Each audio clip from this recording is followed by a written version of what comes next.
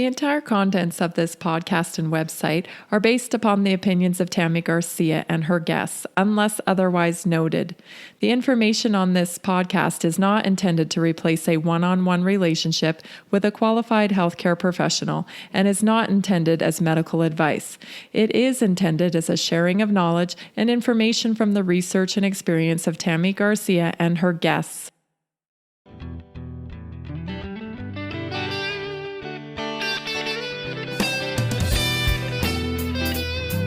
This is the Naturally Inspired Podcast, coming to you from our 1890 homestead in Johnstown, Colorado.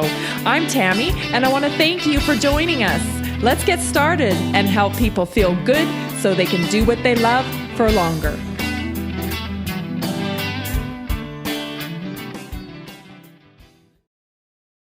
Today on the Naturally Inspired Podcast, we have Becky Blake joining us. Becky is the creator of the Blake Method, and she is a Psycho Neurology Behavior Expert. She helps people understand the right behaviors to create the life they want. So I talked with Becky about her Neurodevelopmental Blueprint and how that impacts our behavior on a daily basis. We also talked about healthy lifestyle and how she incorporates that into programs when she works in homes with families. We talked about just how important it is to make sure that we make that connection between what we put into our bodies and how we feel. So I hope you enjoy getting to know Becky Blake and the Blake Method as much as I did on this episode of the Naturally Inspired Podcast. Well, thank you so much for agreeing to be here with me today. I'm really excited to talk to you. Yeah, I'm excited. Your questions were great. I'm like, oh, yay! Yeah. Yes.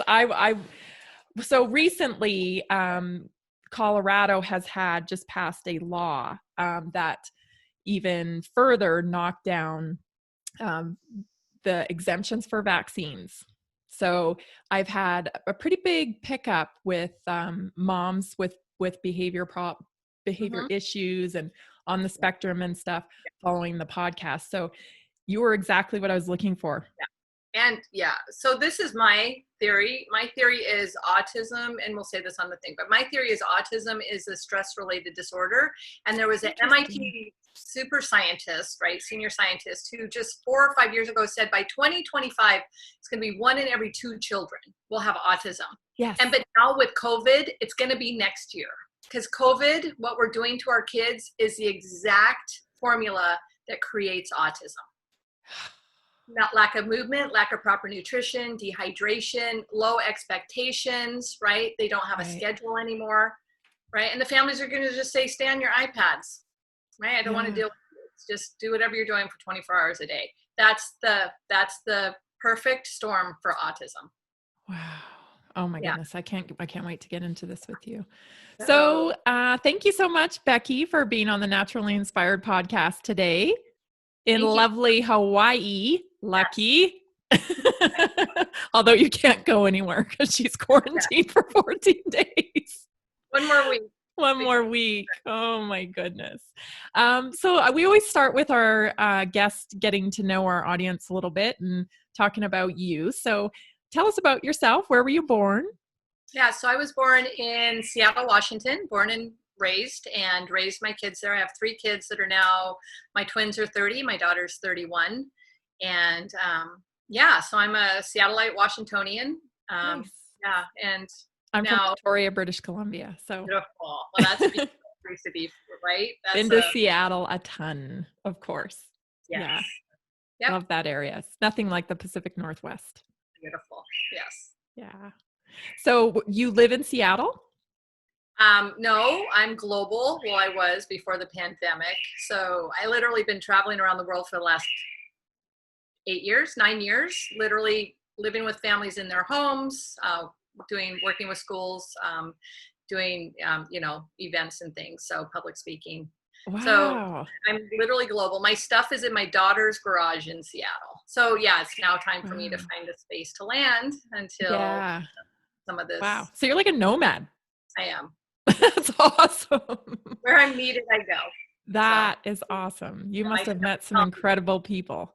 Yeah, my families I work with call me a real life Mary Poppins. Like, just come in and make everything better. That's amazing. That's amazing. So what kind of hobbies and stuff are you into? Hobbies. Well, I'm from the Pacific Northwest, so hiking, everything outside, reading. I'm a researcher, so I'm such a geek. So on my downtime, I'm researching new protocols, and I'm always learning about the brain and the body. And so I'm pretty much either outside hiking or Nature or studying the brain. or the brain. Yeah. So tell us about that. You have a PhD in psycho neurology. Mhm. What is that? Yeah, so psychoneurology, and I have a PhD-C. I haven't finished arguing my thesis yet, so, but I'm close. I just have to argue my thesis.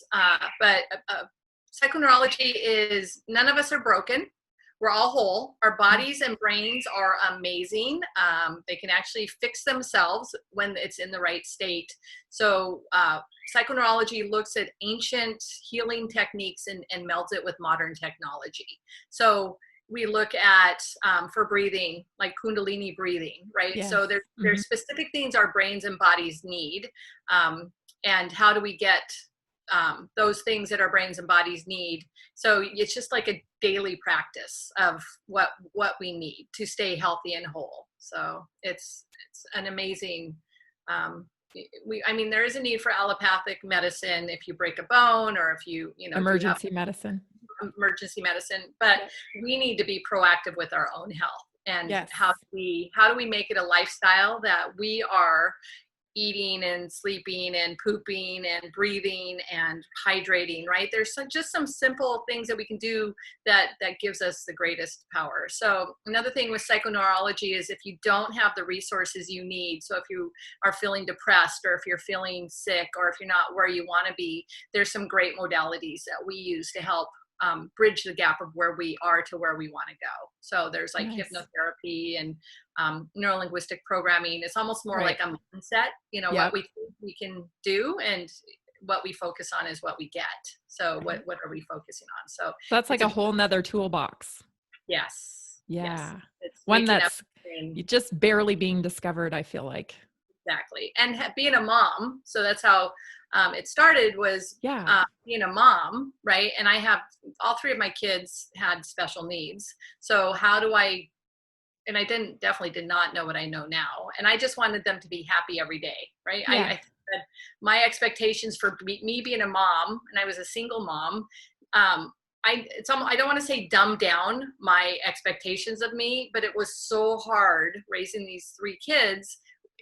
My kids are now 30 and 31. So this is before the internet. This is before anything in library. Like, one of my sons had mental retardation, brain damage, and autism. My other son had bipolar, oppositional defiant disorder. And then my daughter had major food sensory issues, migraine headaches, right? And doctors would say stuff like, they'll outgrow it, don't worry about it, just institutionalize him, right? Not an answer for a mom. So when my kids were 2 and 3, I just went on a mission to make them laugh every day. And I'm like, literally, it was so hard. If I could make my kids laugh one time a day, that was my rubric that I was a good mom.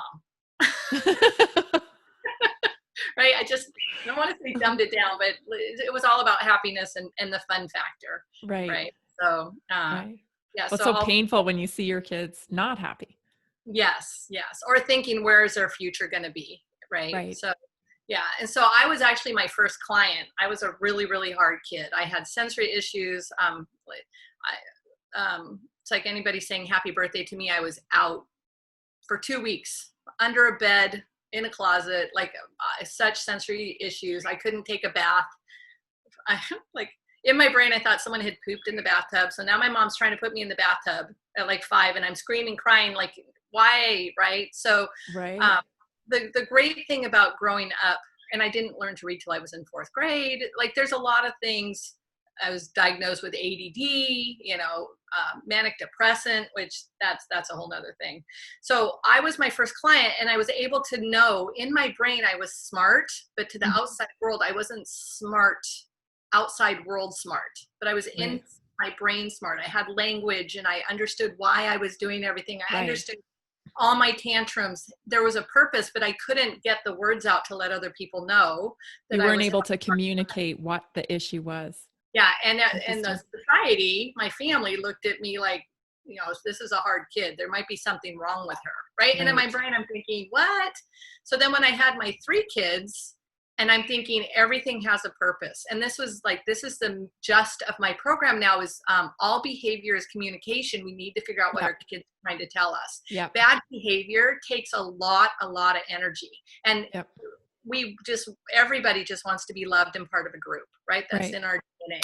So I'm able to say, if your child's walking on his toes, he's got gut issues, right? So I've gone to a neurological place for all behavior. There's a reason for all behavior. I just worked with a family who had a colicky 4-month-old who'd been colic since day one, when an ounce in, an ounce out, hadn't slept Wow. enough to sleep, right? Was just crying, was not working on her,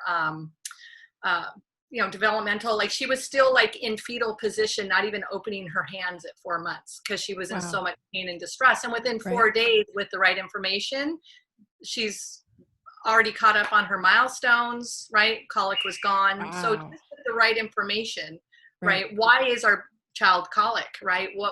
How is mom doing, right? I check with mom first. You have a colic, you check in with mom first. How's mom's health? How's mom sleeping, right? And then sometimes the colicky baby can, I don't blame it on moms at all. It's just this all energy, but it's all looking with new eyes at behavior. Right. And so trying to peel back the surface and get to what the root problem is, which is not typically the allopathic model. Not at all. Yeah. Right. And so there's behavior that means something to our kids. And we don't want to say, well, it's just, I got to allow it.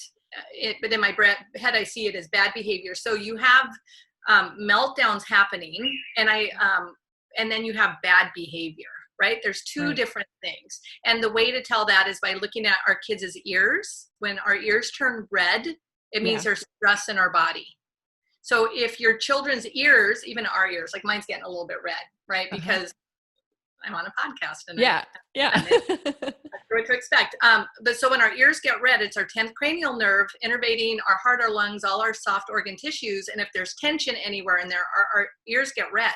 So if you're looking at your child, I've seen that tons of times in kids.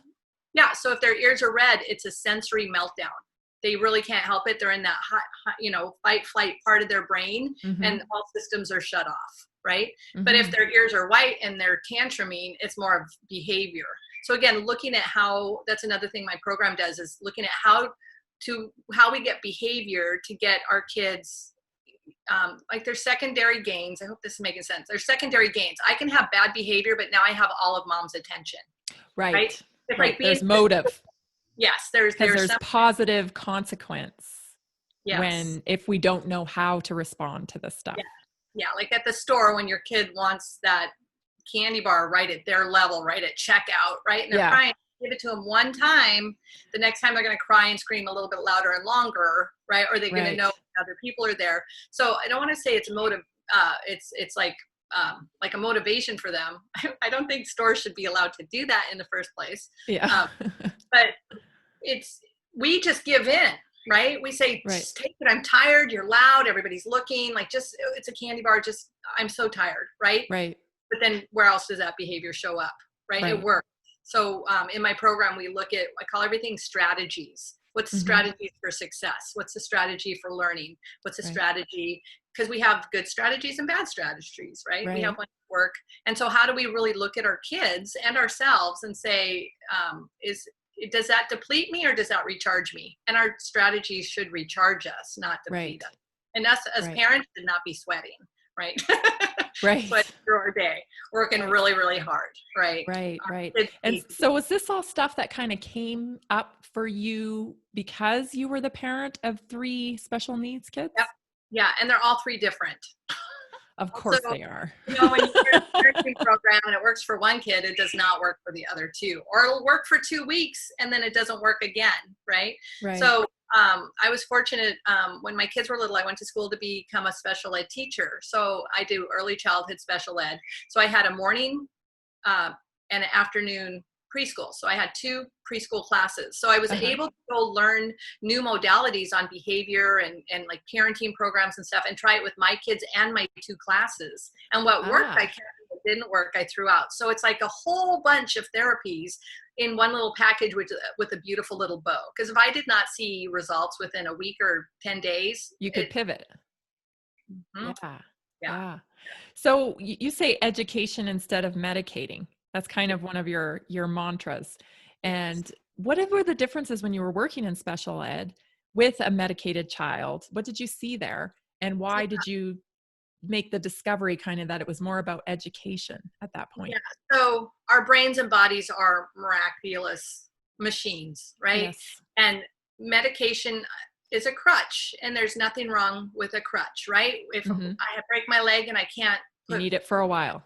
I'm going to use it for a while. So crutches are a small point of time, but it's not what's getting to the root cause of the problems. Right. So a lot of our kids with, and I'm not pro medication, but I'm pro medication, but it's the last alternative, right? So let's try. Desperate measure. Yeah. How is your child sleeping? How is your child pooping? How is your child, like, what how else is could we fix? Going? What is going? Are they getting enough exercise? Right. So, and it sounds very simplistic, but it actually is that simplistic. So I would see kids come in medicated, right? It's not fixing the problem. So now they're on a medication because they can't focus, but now they're not eating. So now I have them on a medication to make sure they eat. Oh, but now they're not sleeping. So now I'm going to put them on a medication to sleep. Yes. Oh, but now they're not growing. So now we're going to give them some shots of growth hormone. And I'm thinking it all started with that one medication. And we don't have a deficit of Ritalin in our body, right? We have maybe a deficit of serotonin or a deficit of dopamine, but there's natural ways to get those parts of our brain working. With ADHD, I look at it as, I had ADD. So when I was growing up, going through school, the teachers all said, oh, if only you would apply yourself, right? Oh, if only you would try harder. Well, it's interesting. I think that like a lot of kids heard that. Yeah. I'm like, oh, like I'm trying as hard as I can. Right. And now I'm being kept in from recess, which is what I need to finish that math paperwork. Right. But how I see ADD is we have 2 brains, a left brain and a right brain. And when they talk to each other, we get frontal lobe thinking. We get short-term memory can go into long-term memory. This is where, so what happens when you have ADD or ADHD, we have these gates in our brain that start closing the blood flow. The harder I try, there goes another gate closed. Now I don't have access to that frontal lobe. Now I'm having to do this math worksheet and watch everybody go outside the blood, no less blood flow, right? So I'm squeezing closed that frontal brain that I need for logical thinking and for, to get things done and to get, pull out math facts and stuff. So what Ritalin does is it actually goes up and opens up the brain cell, the brain, not the cells, but the brain pathways. So you get blood flow to that front part of your brain. But again, it causes so many issues, but you can exercise. Runner's high, right? A runner's high does the exact same thing, right? There's some great, there's activities we can do to get both sides of the brains talking so we can get that frontal lobe thinking. There's easy things like if our kids eat a protein before a test, they will do better on the test. If our kids eat a protein, your body releases L-tyrosine, which is good energy and good concentration throughout the day. If your body eats a carbohydrate first, like a bread or, pasta or something, your body releases L-tryptophan, which makes you tired. Sleepy. Yeah. So what are our kids watching? What are they eating before they go to school today? I would rather my kid have a whole protein, plant-based, meal replacement shake than a Pop-Tart. Right. So what are we doing? Or actually a cereal is a big culprit. Cereals. Because cereal is so full of sugar and empty calories. And then they put milk in it, which is also more sugar.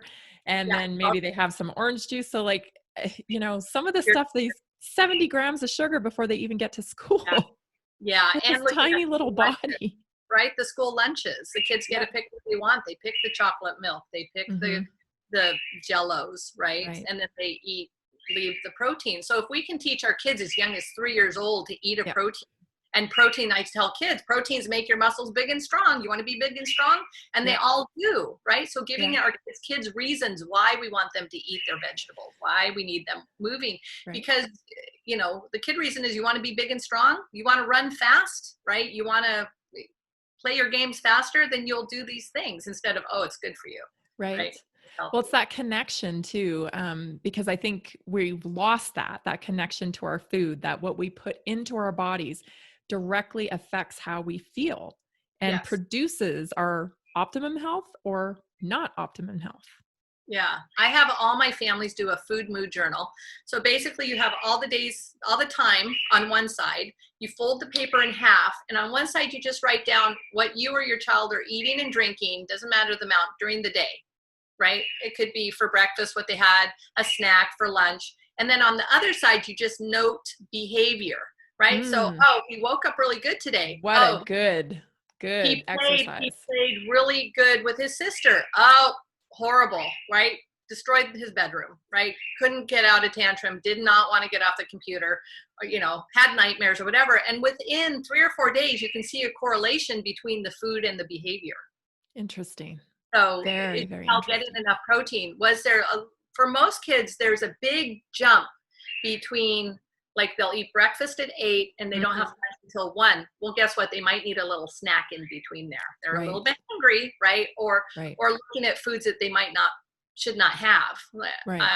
Being a school teacher before I knew what I know now, to teach the kids colors, we had food that day of the colors. So we had like green eggs and ham, and put green food coloring in, right? Not knowing.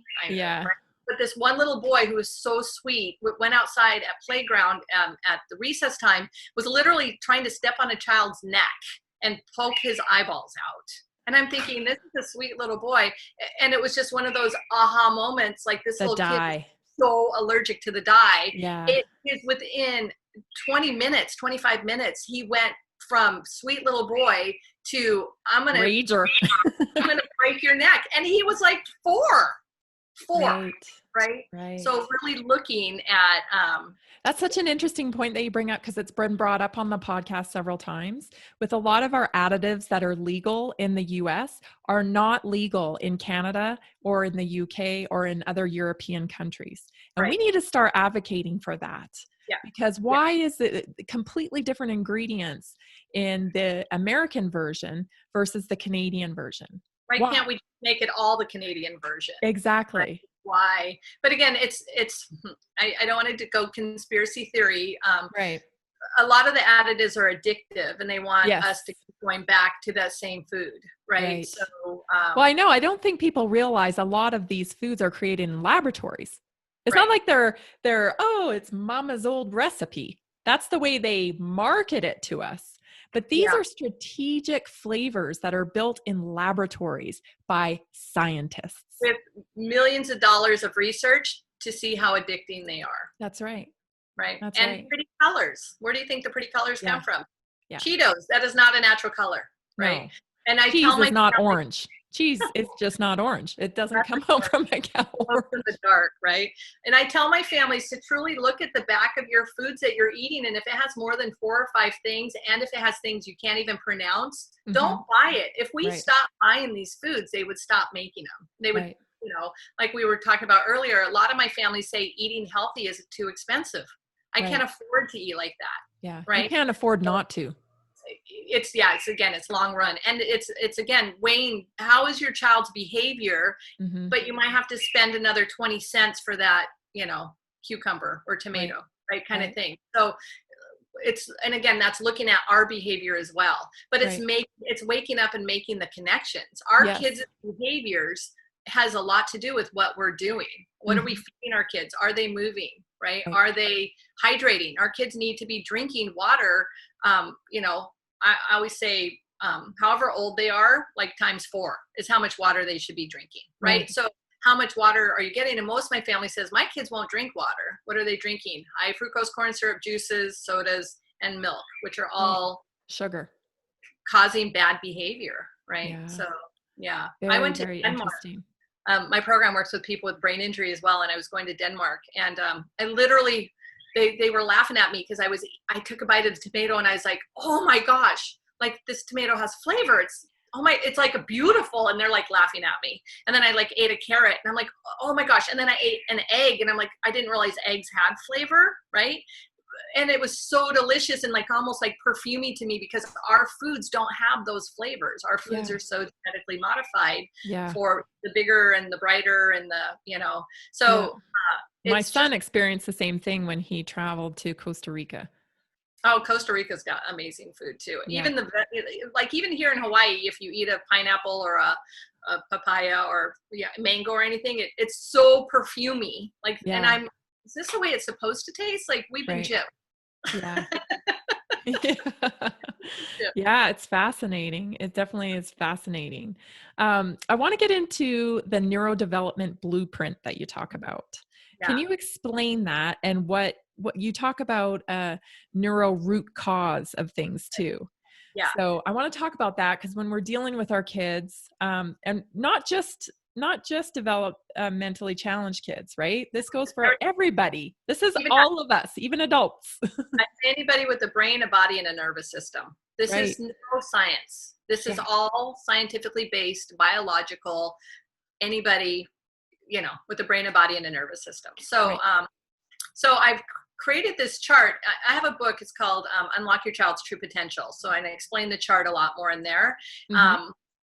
But the chart is, I just started working with kids, and I started doing my data, and I started lumping my data together. And all of a sudden I'm started to see, oh my goodness, this is this part of the brain. This is this part of the brain. Like, it made so much sense. It's so systematized now. So I have this, it kind of looks like a house profile, and there's things that happen to our brains and bodies. So if we're in a stress state, the neuroenergy stays with us to be alive. So I call it dinosaur stress. So kids can understand it. If we're in a stress state, taxes are due, my roof is just collapsed, and I'm COVID and having to homeschool my kid now. Right? I am in a stress state, right? Yes. So my blood flow goes to that hind part of my brain, and basically my heart's going to beat, my lungs are going to breathe, and that's pretty much all the energy I have. I'm not going to digest. I'm not going to detox. I am in fight, flight mode. You're just keeping it going. Yes. And it's basically, I'm searching the perimeter for that dinosaur that's going to come eat me. Right. And our kids feel the same way. And it's funny because I'll have families get, my kid's 3. How can he be in a stress state? They are. Our kids are being born in a stress state.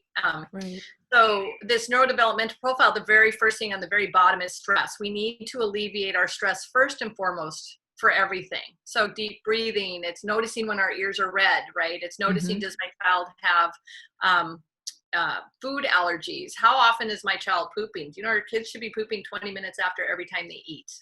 Right? I'm talking with a mom now who's got a colicky 4-year-old. The baby poops every 2 weeks, and the doctors say that's normal. Yes. Right? Because she's breastfeeding. That's not normal. We need every day to be releasing the toxins in the garbage, right? All our cells poop, and we need to get the poop out. So, by pooping. So there's the whole stress piece. And then we go up to when we're in a stress state, guess what? We get sensory issues because everything is heightened because that dinosaur is going to eat me. Right. So we get oversensitive to sound, oversensitive to touch, and oversensitivity to smell, and oversensitivity to light. So now we have sensory issues. So when families contact me and say, oh, my child's got sensory issues, I'm like, oh my gosh, that's amazing, because we can fix that in 1 month. It's a stress-related disorder. All sensory processing is a stress-related disorder. Get your kid out of a stress state, wake up their gut. There's some stuff we do in my program that just, literally within a month. So now these kids don't want the seams in their socks and the tags in their shirts. And I can't sit still, right? I have ants in my pants, and what's that noise over there? And so it's like these little kids just can't even sit still, right? They don't want to eat because their digestion's turned off. So, they want the white food group. Is it anxiety that they're dealing with? It's stress. It's just stress. Call it anxiety. What's anxiety? So when you say worry, anxiety, right? But what does it feel like in your body? Anxiety. Right. I'm not breathing. Right. Shallow breathing. That's stress. Right. I have perseverating thoughts. Right. That's the dinosaur. Where's it at? Right. So anxiety is stress. We need to get ourselves out of a stress state by breathing and by moving and by being grateful. Right. Kind of thing. So then we have we have an inner neuro system called our vestibular system that's totally out of whack. And it's for movement. We need to be moving, right? So my sons have vestibular issues they did when they were little because I was pregnant with twins on bed rest for a month and a half. And at 7 months, when certain things are supposed to be waking up in the baby, I wasn't moving, allowing them to have that process wake up. Right. So thinking even in utero, we need to be moving as much as we can, right? Until we have the baby, right? And then we need to be moving our babies and letting them crawl and on tummy time 24 hours a day, right? So they need to be moving at all times because moving is what helps our kids' brains grow, right? Brains grow. So, movement is huge. And then and sometimes we get chastised as mothers that I know I was, because I'm a runner, so I ran as long as I could, and that's awesome. And I was active right up until, my daughter was born premature. And I think I was even questioned at one point that maybe I had caused the premature birth because I was too active. Yeah. Like you probably would have been more premature if you would have been sitting in a chair somewhere on a laptop. Right.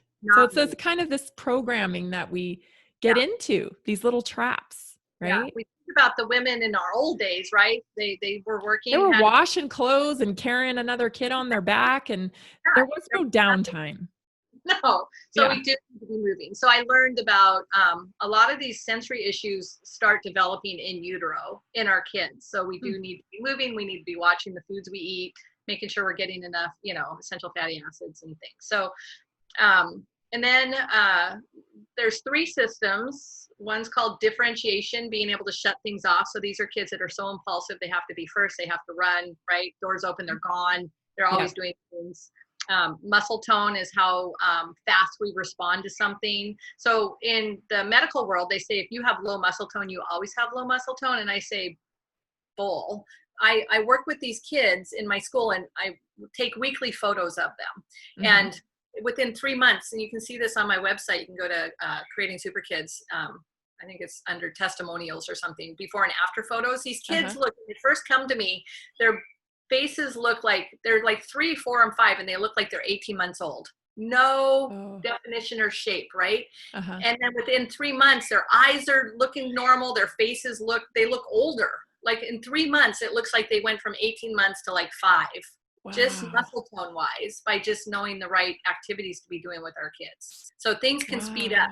Like when you tell your kid to go do something and they're like, oh, and it takes them a minute. Differentiation, it's hard for them to stop what they're doing. Muscle tone is really slow and weak, right? And then we end up doing it for them. We have to go, put your shoes on, right? And they're all like, my shoes, oh, where are they? And I'm like, come on, let's go, right? Their processing speed should be 3 minutes, and it's like 2.5 minutes. But all that can be set up with water, movement, and essential fatty acids.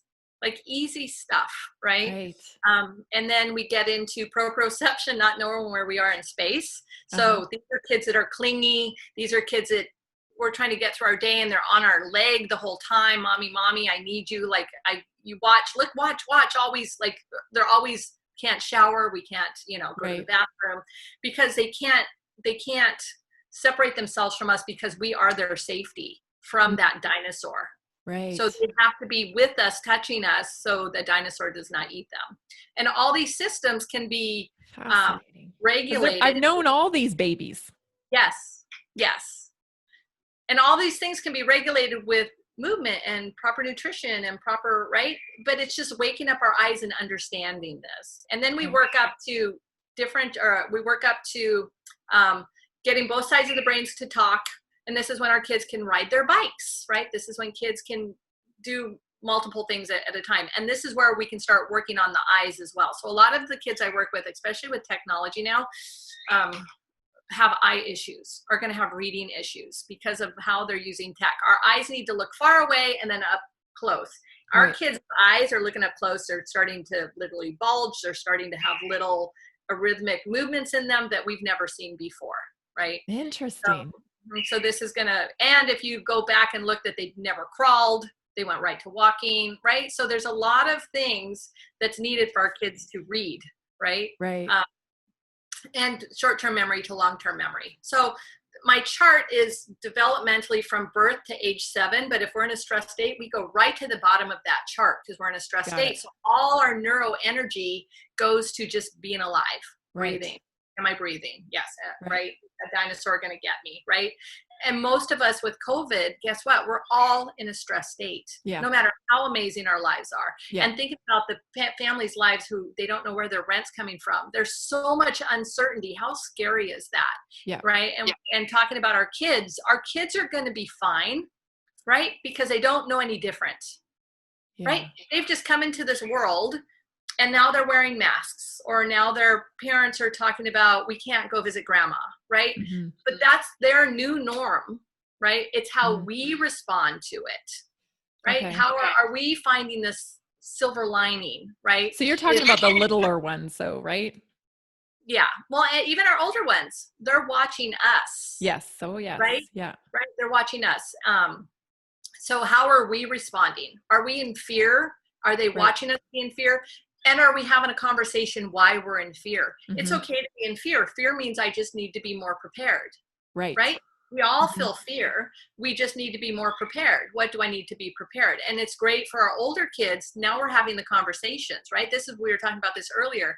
We need to be having conversations. We need to be debating. We need to be able to see all sides and have a critical mind and say, this is good for my family. What's good for my family might not be good for the neighbor's family because they have different beliefs. They've had different filters. They have different lives, right?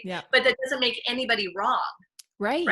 If we're educated, if we have a strategy built on data that we are, taking the data in based on our own experiences, then we should come up with a proper plan for our family based on our circumstances.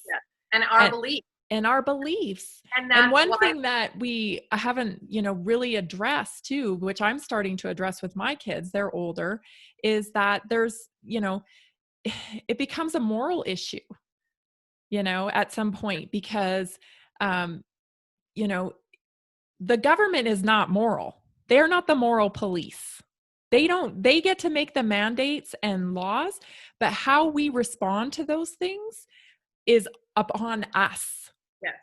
Yes. And moral and virtue, it supersedes government mandate. So just because someone's not reacting the way that you're reacting does not give you the right to act outlandish or be offensive or, inflict violence on them. Right. Or make it personal. Yes. It's not personal. It's an opinion. Right. Everybody has a right to their opinion. Everybody has a right and not hurt people. Right. That's I think where the moral piece comes in is what I've seen is I see everybody who is in a stress state, who is living in fear, living in scarcity, afraid of the future. It's like they've turned into 8-year-olds who are mean, right? And I'm like, where is the dating? Where's the seeking of understanding? Yes. And my thing is, you have an opinion. I'll hear your opinion because, right? I want to know everybody's opinion. How are you doing? How are you thinking about this? And we can't really do that right now, that to me is the scariest thing. Because how do we make educated choices when we're only getting one side of things?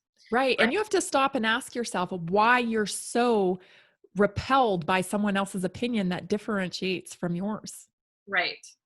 Because if you're so repelled by it that you can't even listen to it, then you're making an emotional decision, period.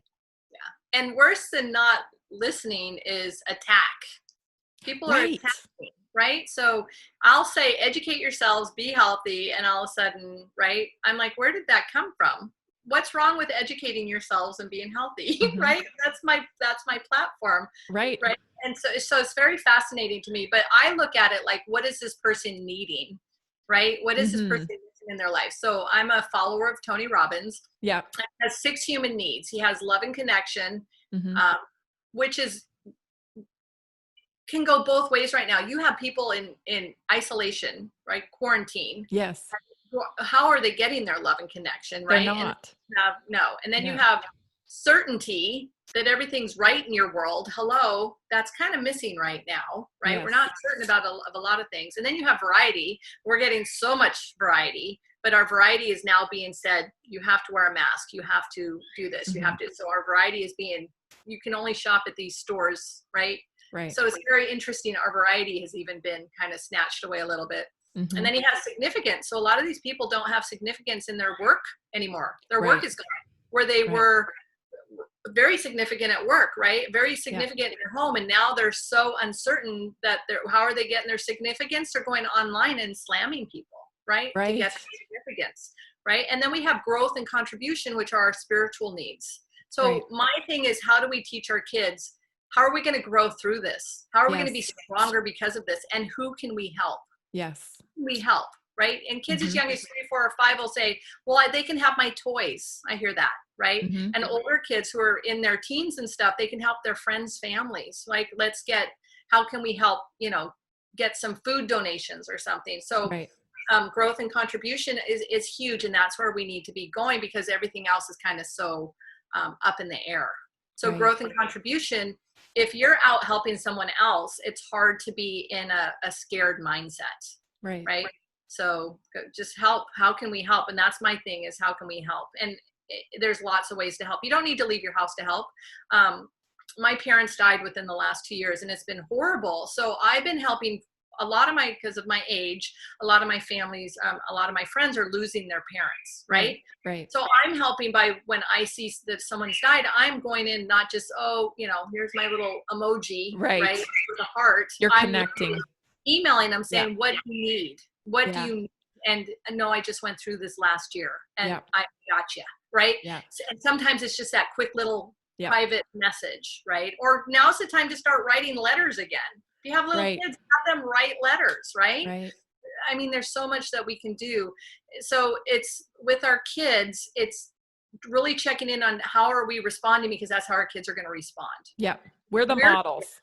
Right. I was at the airport, and there was a family, and the mom and dad were wearing a mask, and they had 2 little kids. They had a 4-year-old and probably a 6-year-old. They had a mask on.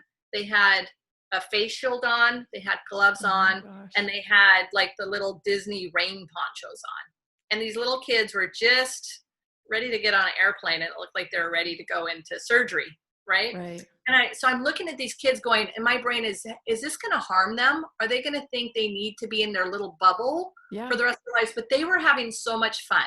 They were laughing, right? So for them, it was like more of a fun thing, right? But then I noticed that the family was a little bit overweight, and I'm thinking, so the families are concerned about making sure the germs don't get into their kids. But again, we go back to, what are you feeding your kids? You know what viruses feed on? They feed on sugar. Right? Viruses feed on sugar. How much sugar is in your body? How much sugar we are feeding, right? We are feeding the pathogens that are going into our body. That's why they can survive. If we breathe every day and get, like deep breathing, and don't eat sugar, and eat a lot of vegetables. I mean, there's ways we can protect ourselves, right? There's ways we can be healthier. I just wrote a piece on this about, preparing the child for the world, not trying to prepare the world for the child. Right. Yes. And I have a huge problem with that. Because I see people running around trying to prepare the world for the child. And that is just a losing strategy. You are never going to win with that strategy. No. And when I see, families that aren't taking the eating seriously, and they're not taking the exercise seriously, and they're not taking, extra supplements or using vitamins to try to give your body the best chance, I have to question why you're then suiting them up like that in a biohazard suit when you're not even dedicated to doing the fundamentals. Right. But they don't even know the fundamentals, right? This is something I can do. And talk about significance. I paid attention. I took a picture. This family's getting significance by people going, oh, look at your kids. Oh, right. So there's a significance to it as well, right? Our identity. Where's our identity? Some kind of payoff. For the secondary thing. Wearing a mask or wearing this big getup. Yes. look at me, I'm paying, right? I'm doing what I'm supposed to be doing. And then it's Mm. like, I'm going to make my mask glittery, right? Like I'm going to Yeah. have it match all my, right? Yeah. So people are doing the best that they can. I don't say anybody is wrong.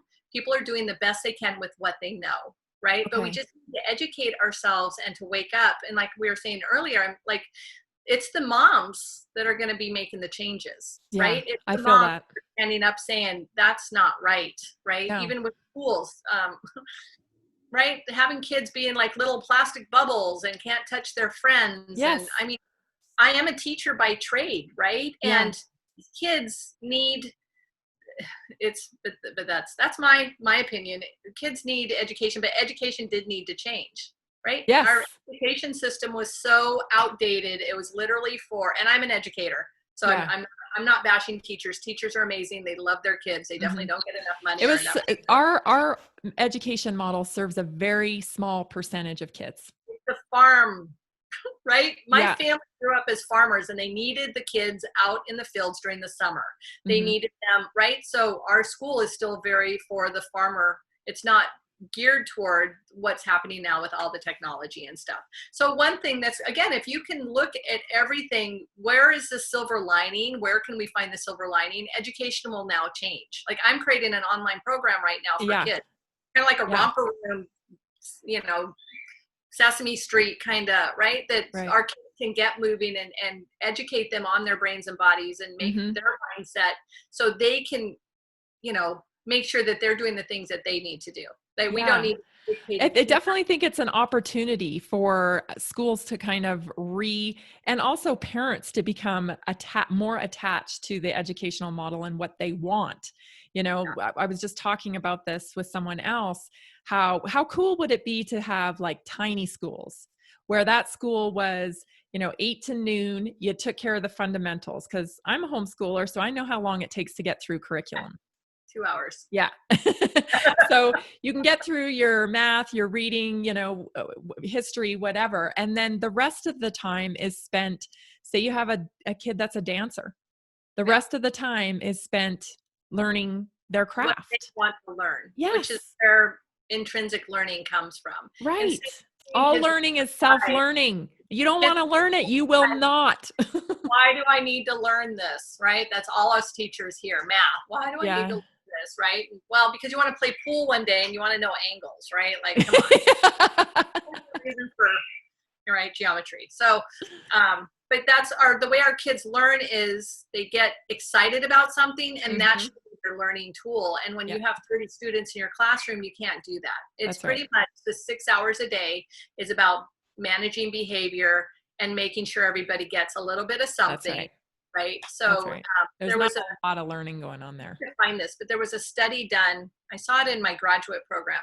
The study done of kids in their learning, and it was exponential to age 5, and then it totally plateaued until 18, and then it was exponential again. Right. Very interesting. Because the intrinsic learning is pulled away, unless you can pay a lot of money to go to a specialized kind of school specific for your child kind of thing. So I see the whole education piece as it did need to be fixed, but not taken away. Yeah. Right. So, so we'll see, because everybody is now online. And then, well, we do have some schools around us that are opening. So I wanted to talk a little bit about that. There's a lot of concerns, obviously, kind of 2 sets of concerns. One is just, my kid may be exposed to COVID, right? And also all these procedures that they're putting into place. And then the other concern is how much trust are we putting in the state with this? So I just saw an article from New Zealand who they have started COVID camps where they're quarantining people that have COVID in a building. So it's literally a camp for COVID. So I think that that's something, in the back of parents' mind too, when they're dropping their kid off at school and there are temperature monitors throughout the building now. So they stick their faces in these pads and it gives a temperature. What happens when that kid has a high temperature? And these are questions that, or it's the body saying, I need to get rid of this cold, right? Yeah. Like we're not allowed to cough. Or it's hot outside. Right. And should you be quarantined if you have absolutely no symptoms? This is the crazy part of it. It is right And off the rocker. that tests that they're using, a lot of the tests aren't even valid yet. Right. It's a 25 to 50% inaccuracy rate, false positives and false negatives. Mm-hmm. So it's just, again, there's needs a lot to be done. Right. So what does a parent do to calm the situation? What can we do to empower our kids? Get them healthy. So I'm certified in a program. It's called the Root Cause Protocol. Everybody should look at it, the Root Cause Protocol. And it's actually a way to go in, and just by adding some things into your kids' diet and kind of watching what they eat, we can protect ourselves from viruses. And actually the virus is the cure, right? If you look in virology, if you study the science, our blood in our little tissues in our cells will get the virus, and it releases out, and that's what makes us sick. But the releasing out and getting sick is the cure. That's right. Our immunity. Right? Yep. And then, so for kids, we have kids in families' homes who have COVID. We have kids, right? Kids are, and now the thing is, they have not really tested it. Are kids really getting it, right? Some kids will have I don't know if it's a false positive when they take a test, right? Yeah. It's not a blood test. It's not a test that, I talked to someone at Red Cross, and I said, and I donate blood every 2 months, and I go, can you check for COVID? And she's like, no, it's not in the blood. Right. And I'm like going, what? But the antibodies are, right, kind of thing. But so there's even in the blood communities and stuff, there's still not enough information. But my thing is, as parents, we need to advocate for our child's health. We need to get them healthy first. Are they moving? Are they running? Are they outside? Are they eating healthy? And then I have a beautiful little healthy child that if they go into somewhere, I'm more likely, I'm not afraid. Teach them to wash their hands. Teach them to wash you can get a special dye, right, under a black light kind of thing, so they can see, right, if their hands are clean. Yeah. Right. I went to a fair with my kids when they were like, I don't know, 9 and 10, and we did this. It was like a nursing health program, and this was after we went to the petting zoo part, and we washed our hands, and under the black light, it's like everybody's thumbs were black. Like nobody even washed their thumbs, right? So everybody's thumbs had not been touched, right? And then in between all the cuticles, like we need to be washing the cuticles. Right. So the cuticles took like 3 or 4 washes to even get clean, right? So how well are we teaching our kids to wash their hands, right? So how a lot of the kids before COVID would sneeze or cough, right? Teaching our kids, we're going to cough now if, secretly cough, right? Right. So what are we teaching our kids? A lot of the mucousy kind of things that our kids have were like dairy allergies, right? So looking at dairy allergies, if our kids have goopy noses and stuff. Or a lot of it's the ventilation in the school. I know my son struggled when he was in elementary school because he had some grass allergies, and the ventilation in the school was not helping that. Or the lights. My daughter has migraine headaches. She's a teacher. They have to change out her light bulbs, but they can change out the light bulbs so she doesn't get migraine headaches. Right. And my daughter, we didn't even know she was having migraine headaches until she was like 6 or 7 and was ending up in the hospital because she'd always had migraine headaches. So she didn't know to say, I have a headache. It was constant. Oh, wow. And she started having stomach issues and vomiting and stuff. And then we found out they were migraines. Then she goes, we're like, when did they start? She's like, I don't know what you're talking about. It's always felt this way. So we have these kids that are responding to fluorescent lights, right? We're bad air. Right now I'm quarantined for 14 days, and it's almost my doctor brain is crazy that I need to be outside. Like I'm going to sit by an open window, right? Like I need sunshine, I need fresh air, but I need to be inside for 14 days. Right. Not get the things that I know that make me healthy for 14 days. Like that's a long time for me not to be walking and breathing outside air and, So, but for our kids, it's just to educate yourself and what are you comfortable with, right? And what are the schools going to do, and not to put fear in our kids, right? And to really advocate and get with another group of moms or dads who don't want this to happen, right? our schools want to get the money they're getting from the government, they need to have so many kids That's in right. that school. That's right. right. Yeah, So, our strength is in our numbers. No yes. doubt about it, right? I Yeah. mean, it's so much harder to play whack-a-mole than it is to just take one person down. And it just right? takes a small group of people, right? That Mhm. Margaret Mead quote, takes a small group of people to make the greatest change. Yep. So what do you want for your child? And then get around with other people that want the same thing, and then advocate, this is what we want in our school. We're Right. not going to have them in plastic bubbles, Yeah. right? Yeah. Social distance, I understand that, right? Yeah. But in my opinion, my thing is, what does it mean when it's not being, I mean, I've seen people that have their mask in their pocket, that's, drop the mask on the ground, same mask what does it actually mean at this point? Yeah. Well, science shows that the masks don't work, right? Yeah. The particle is too small and can get Too through small. the mask. So the only reason masks work is if you are sick and you cough, right? It's going to hold in a lot of the particles. Yeah. Right. But we're not meant to be breathing in our own air for 8 hours a day. Right. Right. So it can actually cause brain, right? Yeah. Our brains need oxygen, and it needs a level of, right, what we breathe, and we're not getting it through a mask. Right. So again, and this information, when we put this information out there, it gets censored. Like I feel like I'm living in the Twilight Zone. I do too. I always said, I'm 56 years old, and I always thought, never in my lifetime did I think we would see this, especially in the United States. Yes. I thought we had such strong freedoms, and I have friends who thought their lives were so untouchable. Yes. Right. And people have lost their jobs. They haven't lost homes yet, but that's going to happen next. Right. Right. So, and being told where our kids can go and can't go, and being told where we can go and can't go, and just decisions that are being made, right? Alcohol and marijuana is okay, but massage therapy and acupuncture is not, right? Anything that is going to take us out of that stress state. Right. Yes. Or make us healthy. Walking on the beach. Like Florida finally opened up their beaches, and they just said, you just can't sit. Don't take a chair. Don't sit. But if you need to walk on the beaches. Just don't sit and congregate, right? I'm in Hawaii, and everything's closed down right now. Nobody can be on the beaches or on the trails. How many deaths have they had? I think it's up to 28, 34 since the beginning. They have a surge right now, but it's still, they're islands. So, but yeah, so it's a big deal here. Like if I go outside, even just to go on the roof to breathe, it's $5,000 fine plus jail time. And they're checking us or calling us and coming in, making sure we're in Hawaii, the United States of America. Yeah.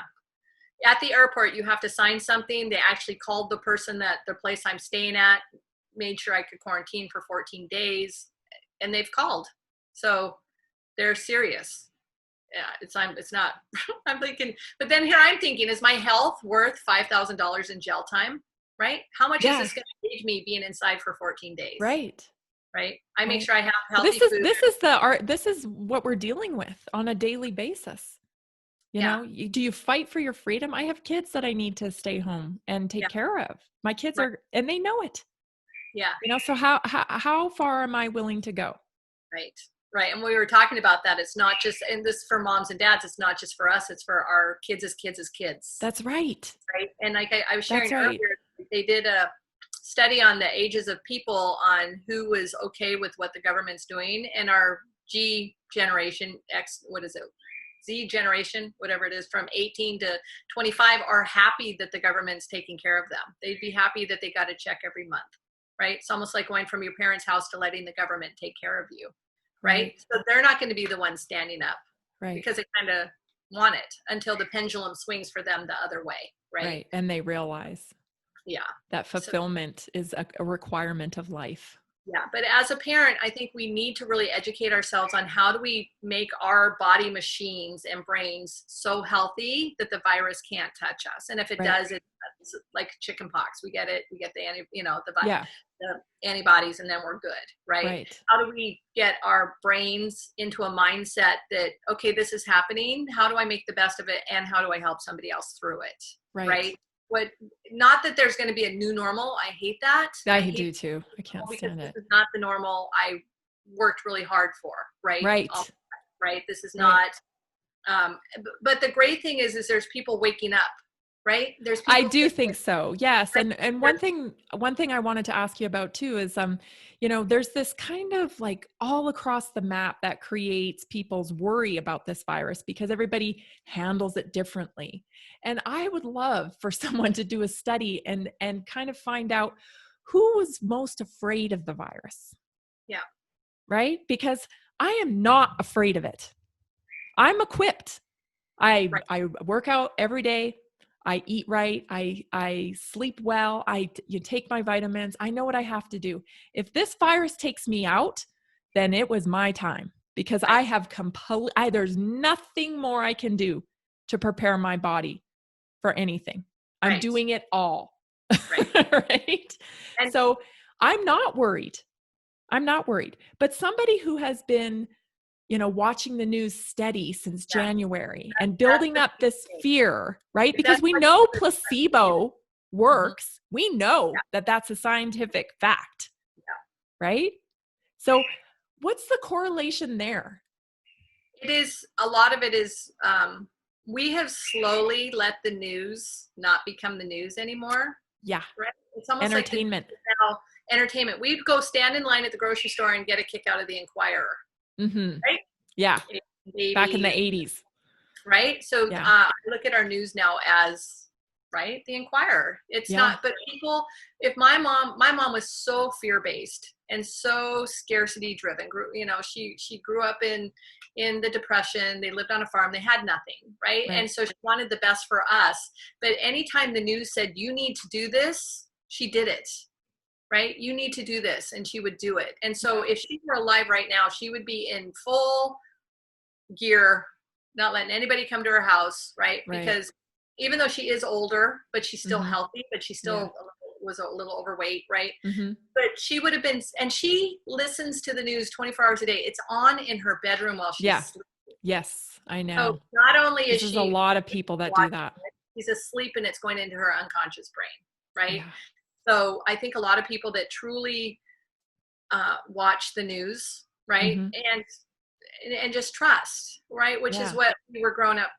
It's in the past, there were journalists. Now we have media, right? Yes. So the TMZs, right? Yeah. Got the clicks, right? The talking bad about something gets the clicks. So where are they making their money, right? Kind of thing. So it's almost like any scientific study. You always look at who did the study and who paid for it. Right. Right. And what part did they only take out of it? You need to look at the whole study. Like when we're looking at the COVID numbers and stuff, it still does not add up. It does not add up. And follow who's gaining. You know what I mean? Like who is gaining from you wearing the mask, doing all that they want you to do, and then eventually having to take a vaccine and, therapeutics or whatever. Who's gaining from that? What are they gaining? Yes. And then look at the other side. What am I gaining from telling you to stand up for your freedom? Right. What do I care? Right? Because it affects us all. This is about the future. Yeah. Right. I have the frog in the pot. Yes. Right. There were frogs in pots, and it's going to get a little hotter and a little hotter. But now we're wearing masks. Now we're wearing face shields. That's right. Now we're social distancing. We're actually giving people dirty looks. Yes. Attacking people, throwing coffee in people's faces for not wearing a mask. Yeah. Attacking kids who aren't wearing masks. Wearing masks on Zoom calls to keep up appearances. So is this really about what it is? Yeah. Is it really about the virus, or is this more about a show? Because it sure as hell feels like a show to me. Yeah. And it's wake up and look at all sides, educate yourselves. And the thing we can do right now is just to get healthy. Yes. Just get healthy. Yes. Right? Empower yourself and understand the power you have within yourself. Yes. I posted something the other day that I thought was so perfect for this time. And it was from Rumi. And it had said that you wander from room to room for the diamond necklace and you wear it around your neck. You have what it takes within you. It's like Dorothy and her little slippers. There's no place like home. Yes. Oh, I'm here all the time. We have the power in us. Our brains and bodies are miraculous. This is not going to be the last virus, right? No. This is SARS-2. Yeah. Not SARS-1. This is SARS-2. That's Hello, right. people. Right? They're saying What happened during the first one? Before. Yeah, it went away. Before there was a vaccine, it went away. Now we have a SARS-2, but they're saying this is brand new. We've never seen it before. But then why is it SARS-2? Yeah. Right? So it's, to me, They're counting on us not thinking. Yeah. They're counting on us not thinking about that. They're counting on it. Doctors, right? I have friends that are doctors, MD doctors. I feel so sorry for the doctors that are actually doing the right thing right now. Yeah, because they're just being slammed. And it's their, right, do no harm, and they know this is going to work, or they're going to try alternatives, not just do, like, you looked at in New York, if you came in with COVID, we're not breathing, it was instantly put on a ventilator, and which now we know that's killing people, right? That was killing people. Causing heart and lung issues, and but there's a lot we don't know. There's a lot coming up. Everybody responds a little differently. It's definitely still, and this is what they should be reporting in the news. They should be reporting who's dying, how old are they, what did they weigh, and what were all their other issues, right? So we can see the people that are still dying are older population, and I feel bad. My parents just died last year. My best friend just died in December. So I understand, and I feel so horrible for these families that are losing people. So I'm so tired of people saying, because I believe what I believe, to say educate and be healthy, I don't care about people dying. I care. My heart goes for these families, right? It's horrible and awful that these people are dying. But we really need more information, right? Right. Like somebody here, I think they said in the news, he was between the ages of 48 and 52. They didn't even give us his age, and he did have other issues, right? And then the couple of people that died were older people with issues, right? Kind of thing. No, they don't deserve to die. No, they don't. And are they dying of COVID, or is COVID just compounding the problems they've already had, right? Yes. Kind of thing. So we just need a little bit more information, right? The curve. But we also need to act on that information. Okay, so we have tremendous amounts more data now than we had when we went into lockdown in March. When we went into lockdown in March, I was fully compliant and like, okay, let's see where we're going here, right? They might know something we don't know, right? Exactly. For them to act like this, it must be horrible. That's right. Yeah. That's right. I didn't come out of the gate with this opinion, right? I've built my opinion based on due diligence. Right? I'm not watching CNN every day and having them spoon feed me the information, because that's not thinking. That's not thinking. You're letting someone else do your thinking for you, and you're absorbing it, and then you're regurgitating it. That's not thinking. It's kind of like how our school systems were. Yes. Which is just explains why we have this problem. We've all gone through the system, right? Until the system doesn't work for you. Right. That's when you're willing to look at a different point of view.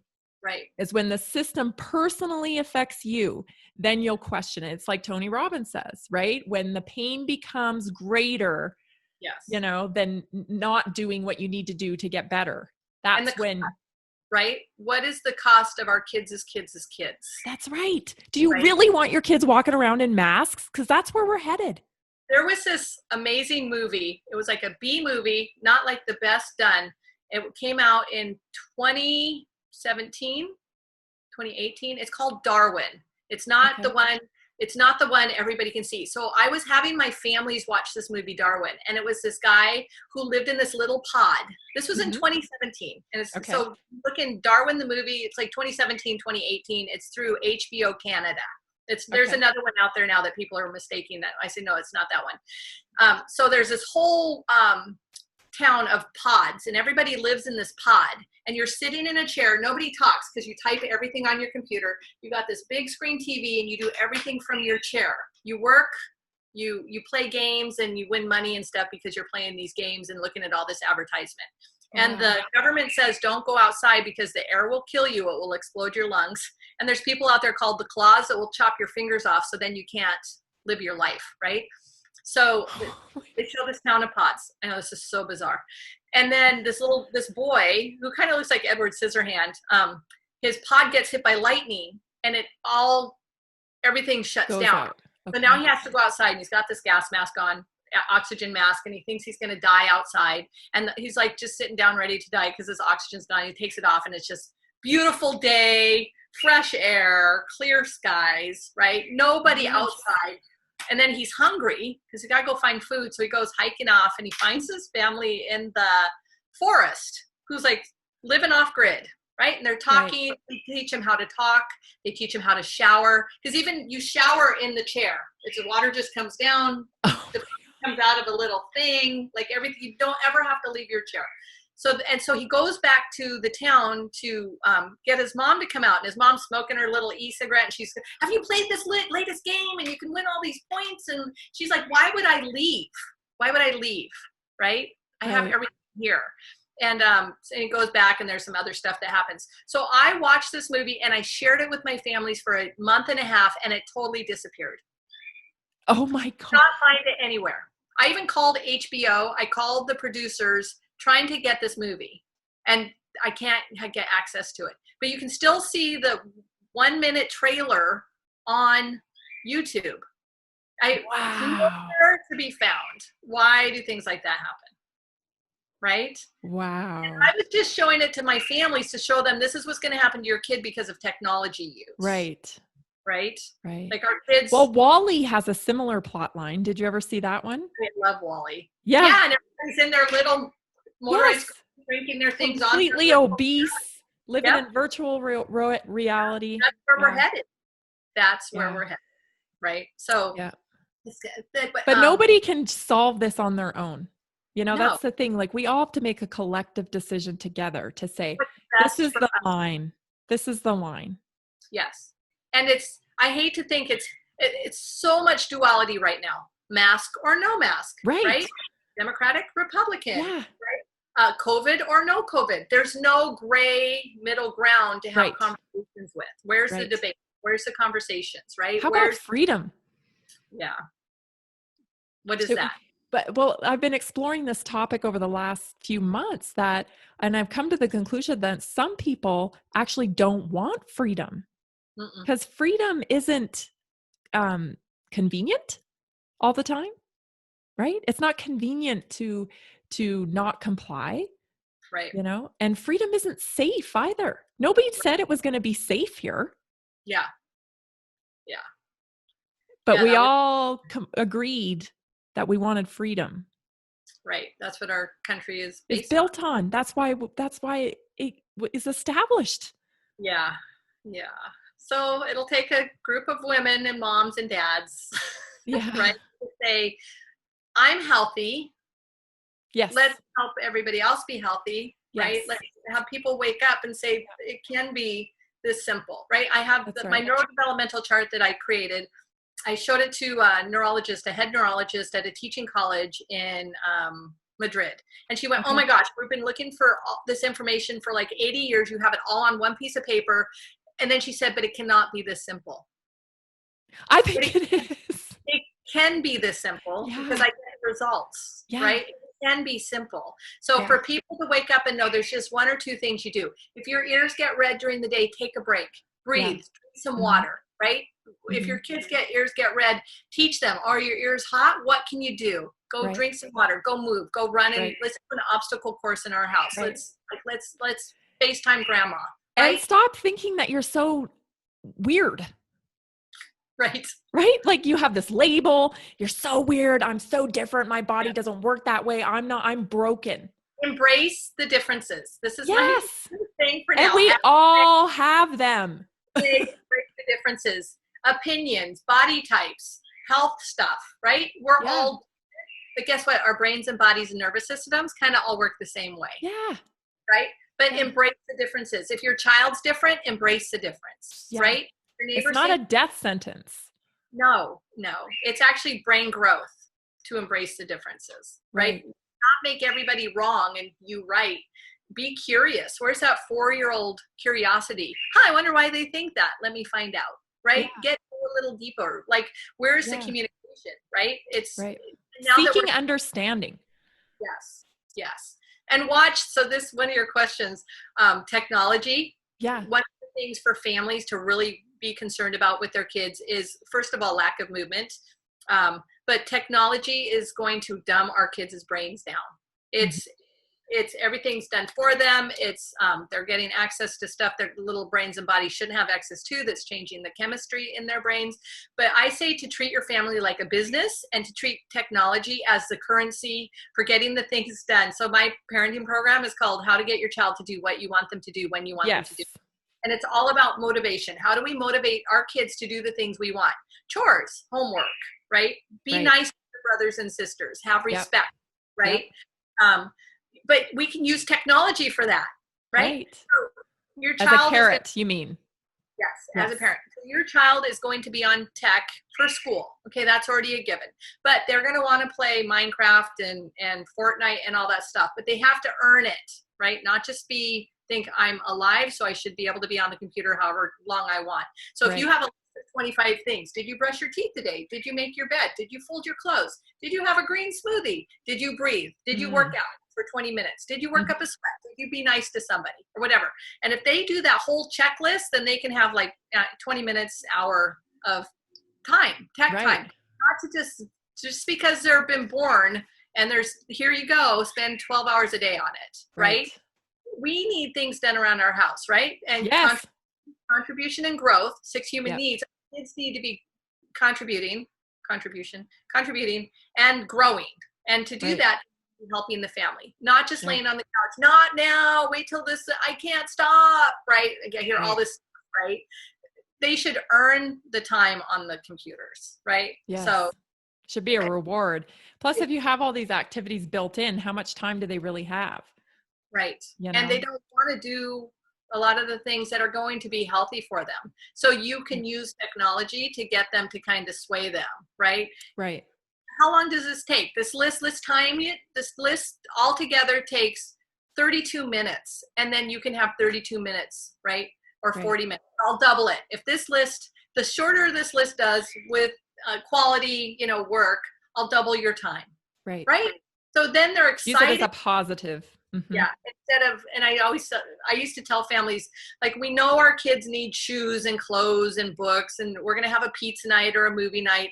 Then attach it to something positive they did that you want them to do again. Right? You know what? You and your brother played so amazing. Let's have a pizza night. Right? Like, attach it. Anything we pay attention to out loud is going to continue. That's good and bad.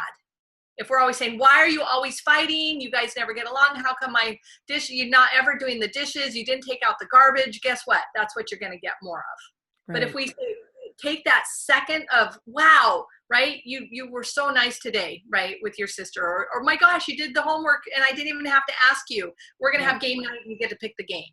Right. So, because our kids are just laying on the couches with their technology, thinking life is handed to them. And guess what? That's what the government's hoping for. Yeah. Right. We're leading them in that direction. Let us raise your kid. Yeah. And I really struggled with that in schools because there seemed like there was a shift. After a couple of years of my kid being in school, I saw that this dynamic start to shift, that, they were cutting parents out and wanting to take over more topics that were really topics that should be talked to with your parents. Or things that could happen that the kids could sign up for and do that they would not tell the parents about, even like birth control and stuff. You could be 12 and we won't tell your parents. Yes. Right? Because this is private. This is the HIPAA. We have a HIPAA and it's all about privacy, so your parents don't need to know. Yeah. Hello. Who's going to raise that kid? Are you going to raise that baby? Okay. Yeah. Or just for us to have we be having the conversations with our kids. I was just working with a family who this father found his 2 sons going to porn sites, right? So, and his parent brain was, my 14 and 16-year-old are all going to become, they're going to start seeing prostitutes and strippers and their whole life is doomed, right? Because of this. Like, he saw worst case scenario. And I'm like, well, step 1, just have a conversation with them. How'd you find it? How's it make you feel? Right? Like, what do you get out of this? Right? And then And just listen with no judgment. Judgment. Just literally listen to them. And then the second one was, let's look at what happens in these things. Have you heard about sexual slavery? Do you know people are being kidnapped so people can watch stuff like this? Do you know that's someone's mom or daughter, or right? To change another way of thinking about what they're looking at. Right. And then the third meeting would be, let's redesign your life, right? If I were to give you $1 billion, what would you buy? Where would you live? What would you do? Right? Yeah. What do you want to be when you grow up? Kind of, right. and fit that. Do you understand? Right. This can become an addiction. 6 human needs, right? That talks about if they're all met at high levels, becomes an addiction. Good and bad. Do you feel, or do you have the philosophy like you're reaching out for things to fulfill your true calling in order to fill that that gap? This is where we start to see addiction with things, because there isn't the 6 human needs being met. So you're going to meet it with something. Correct. And so thinking again, these little boys were looking at porn. It's certain that it's taboo and they're going to get in trouble. So we got a little certainty in there. Variety, because it's all over. You can see just about anything, which is horrible. Right. Significance, they're showing, look, brother, look what I found. Look, friend, look what I found. It's very significant, right? And then love and a connection, you're getting connection with either the screen, yourself, right? Right. With yourself. But then where's the growth and contribution, right? Kind of thing. Right. But if you get any 3 of those met at a high level, it becomes an addiction. So exercise can become an addiction if we look at it the right way. Yes. Right? Homework can become an addiction if we can look at the 6 human needs with our kids and get them met. Right. But for what now, our kids are bored. They're not in school, or they're doing school. And a lot of their activities have been limited or eliminated. No sports, no music, no nothing, right? And so now they're bored and they're finding this stuff and they're sharing it with their friends, and it's very exciting kind of thing. Yeah. So it's meeting a need, but how do we as parents go in and change that? They're participating in it themselves by sending photos or whatnot. And that is what I understand is on the rise. Their brain and give them more information, right? So, and it can be anything, right? It's food, it's drugs, right? So when my sons were little, and I was thinking, how do I keep them off of drugs and alcohol? And what needs are met with drugs and alcohol? So I put my boys in motorcycle riding, right? Motocross riding, and it met all their needs. They were meeting other people just like them. They got better every time. They're very significant at school. Like the girls kind of liked it that they raced motorcycles, and they had a lot, and their growth and contribution, they helped their team, right? They helped each other. So all needs were met at high levels, right? Yeah. And so how do we get our kids to meet their needs at high levels with healthy things? And my thing about helping other people, asking our kids if there was anybody in the world that you could help, who could you help? Like one of the little girls I work with, she's 10 years old. I have a program for oppositional defiant disorder kids. It's just a whole nother way. They don't need to be medicated and institutionalized. it's a whole brand new way of parenting them, right? Yeah. And they weren't used and challenged, and these kids are really hard. I call them cold pricklies. Like nobody really likes them because they're defiant, right? I don't like you, this isn't right. And they're trying to get close to you, but they're speaking the wrong language. Right. So I said, these kids are going to be our next, like Steve Jobs. We need to get them on a platform somewhere. So how do we get our kids thinking, where in the world can you help? And it was like, I don't know, childhood hunger. Well, I'm going to sell lollipops to lick out childhood hunger. Right. And then all of a sudden, everybody looks at her like, oh my God, she's got this platform. She's amazing. I want to be with her. I want to be like her. And she's getting all her needs met, right? In a positive way. So, and our kids is little kids, 5, 6, 7. Who can we help? A puppy, right? Or flowers to an old person. Like they always come up with something amazing. Yeah. So getting our kids healthy, right? Not allowing foods in the house. I mean, our kids are in the house. If we have it in the house, they're going to eat it. Yeah. So and if we're eating it, they're going to eat it. Yeah. So like as I was saying, a lot of my families will say, oh, my kids want to eat vegetables because there's no vegetables in the house. They've never seen one. Yeah. Will. Anyway, so it's how do we get our kids' bodies healthy so the virus doesn't affect them? How do we get their mindsets healthy that this is an okay time? It's just different. We're not sure what's going to happen. We're sure we're going to get through it. How do we get through this as a family? How do we help the community? How can you help mom help other kids, right? How to have the platform if they want to or not, right? Kind of thing. But that really is going to be what changes it. Is it's actually going to be our kids are going to be the ones that are going to be changing it. We're going to be, right? Tony Robbins talks about, other people, Kiyosaki and stuff talk about, like, you have the pioneer who gets shot in the back with all the arrows, right? And then you have people that come after them that have an easier time because the pioneers have already done the hard work. Right. So we're the pioneers. We're going to be getting arrows in our back. It's going to be our kids coming up saying, this isn't right. This is what needs to change. Right. So, but we need to get them thinking positively, not like, I look at all the riots that are going on right now, and it's a lot of really young kids who have been trapped in their houses, lost their freedom, don't know what to do with their energy, so they're rioting, right? Yeah. Not just but protesting, and then you have the rioters. Well, and they being a part of a group. Yes, all human needs are met at a very high level, right? Yeah. So because they're not getting it at home. So how do you meet all 6 of those needs at home with your kids, right? Make them part. I don't care if they're 5 years old. They're part of the family, and their opinions matter, right? Yes. So where's the choice for them? How do we help? But we need to get healthy. We need to be breathing. We need to be eating healthy. We need to have a healthy mindset. Stop looking for things outside of us to fix us. That's all external, right? All that stuff is just external, and the external stuff goes away. This too shall pass. This pandemic will pass. So the protests will pass. All the external things just keeps rotating and changing. Every 20 years, we see the same thing again, kind of thing, right? But what can we do in our own bodies, in our own homes, that will create the differences? How do we educate our kids to be the ones saying, this is not right? How do we teach our kids to speak up? And not just because I saw it on the news or because somebody told me, but you know what? This is what the studies say, right? I have kids as young as 3, 4, or 5 years old saying, I need to eat a protein because it makes my body strong. That's right. Yeah. Right? Our kids are smart. We got to stop dumbing it down for our kids. Yes. They know. The kids I work with, 3, 4, 5, 6, right? They know what a protein is. They know what a carbohydrate is. They know why they need to drink water. They know why they're exercising. They get it, and they love it, right? Yes. And it's going to be their lifestyle when they grow up.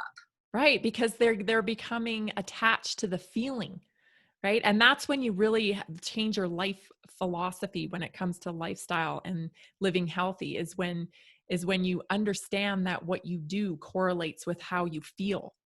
Right. And it sounds like a simple concept, but simple. Let's keep it simple. Buy things for feelings, right? We buy things for feelings. We do things for feelings. That's why we do anything. We want to feel a certain way, right? Or get rid of a certain feeling. Right. Do something. So to really think, and Tony does talk about that. He talks about empowering emotions and disempowering emotions. And he says most of us have hundreds and hundreds of disempowering. I'm depressed, I'm tired, I'm exhausted, I'm anxious, right? I'm bored.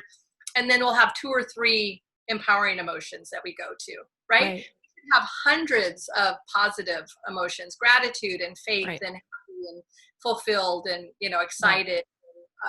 So really start thinking, how do we educate our kids to have this stuff so that then when they grow up, they can make, no matter what the media is telling us, no matter what society's doing, we need that critical thinking inside of our kids. We need them excited to look, I found this research article, prove me wrong, right? Let's debate.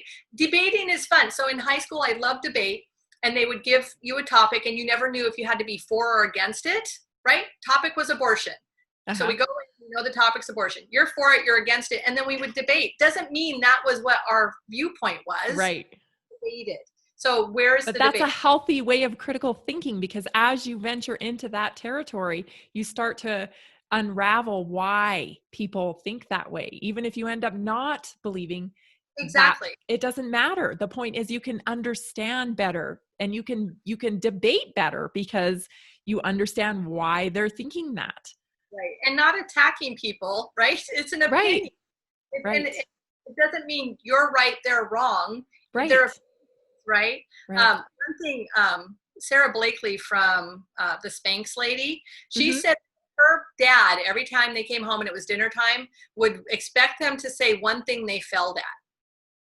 Right. Interesting. So, and he was disappointed if they couldn't come up with something. So she said, try to fail at something before dinner, just so she so she'd have something to say. What do we focusing on? And just because we fail at something doesn't make us a bad person, doesn't make it wrong. What are we going to do with it?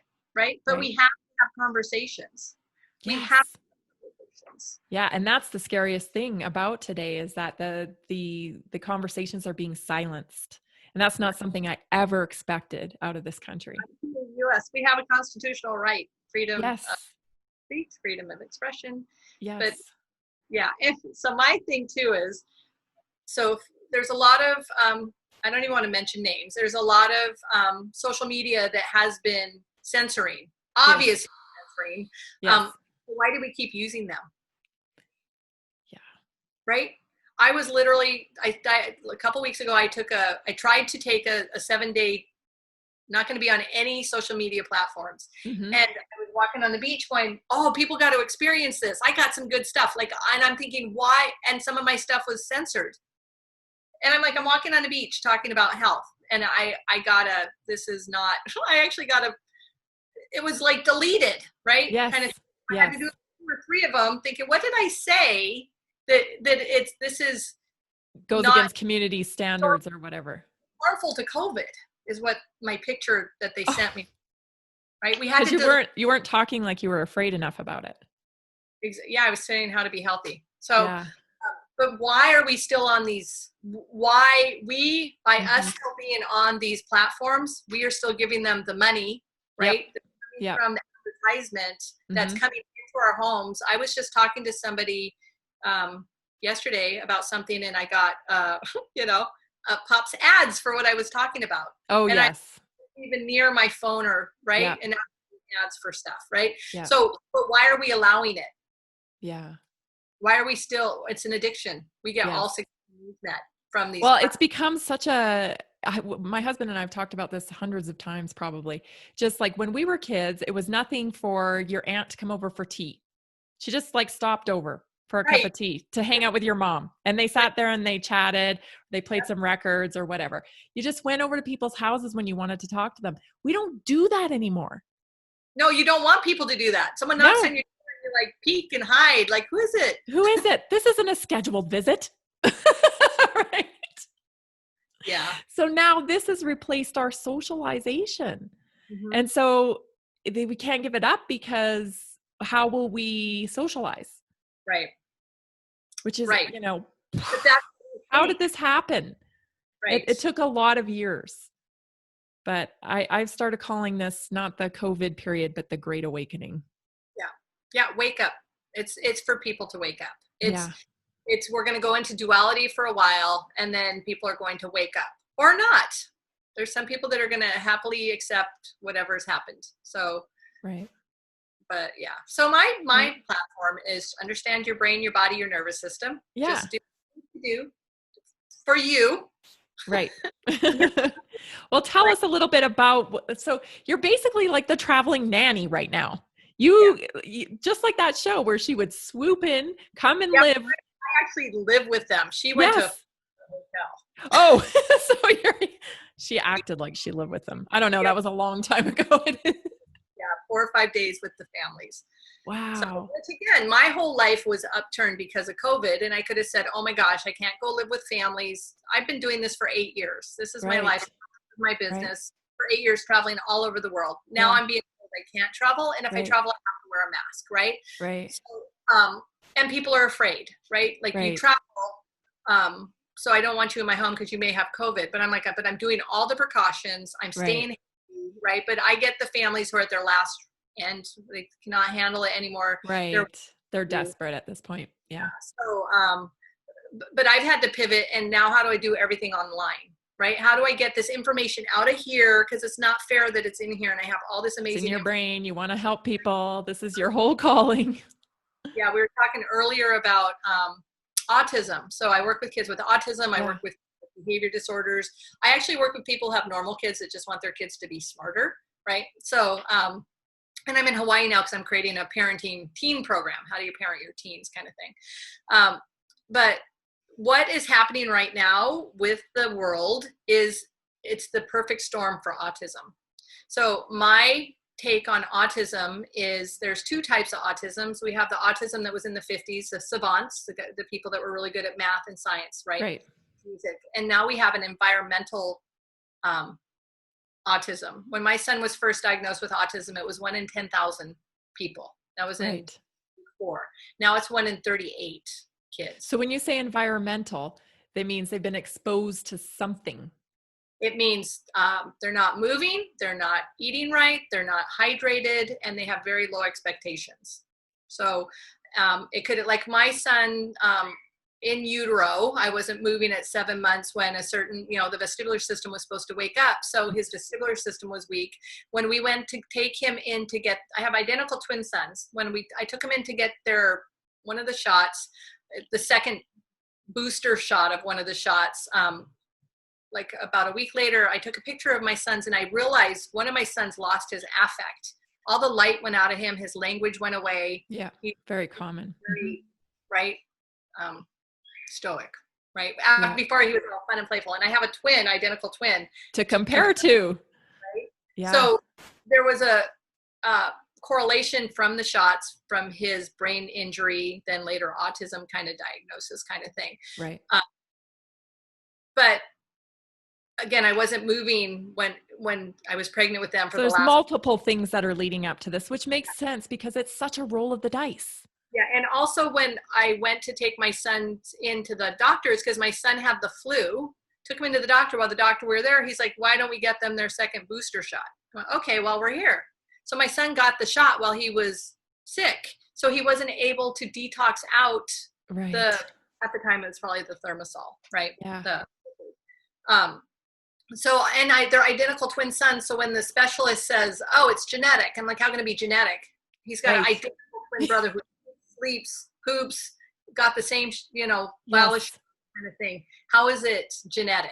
Right. Yes. And they're like, okay, maybe it happened in utero. Right. I'm like, okay, I've got to figure this out. Right.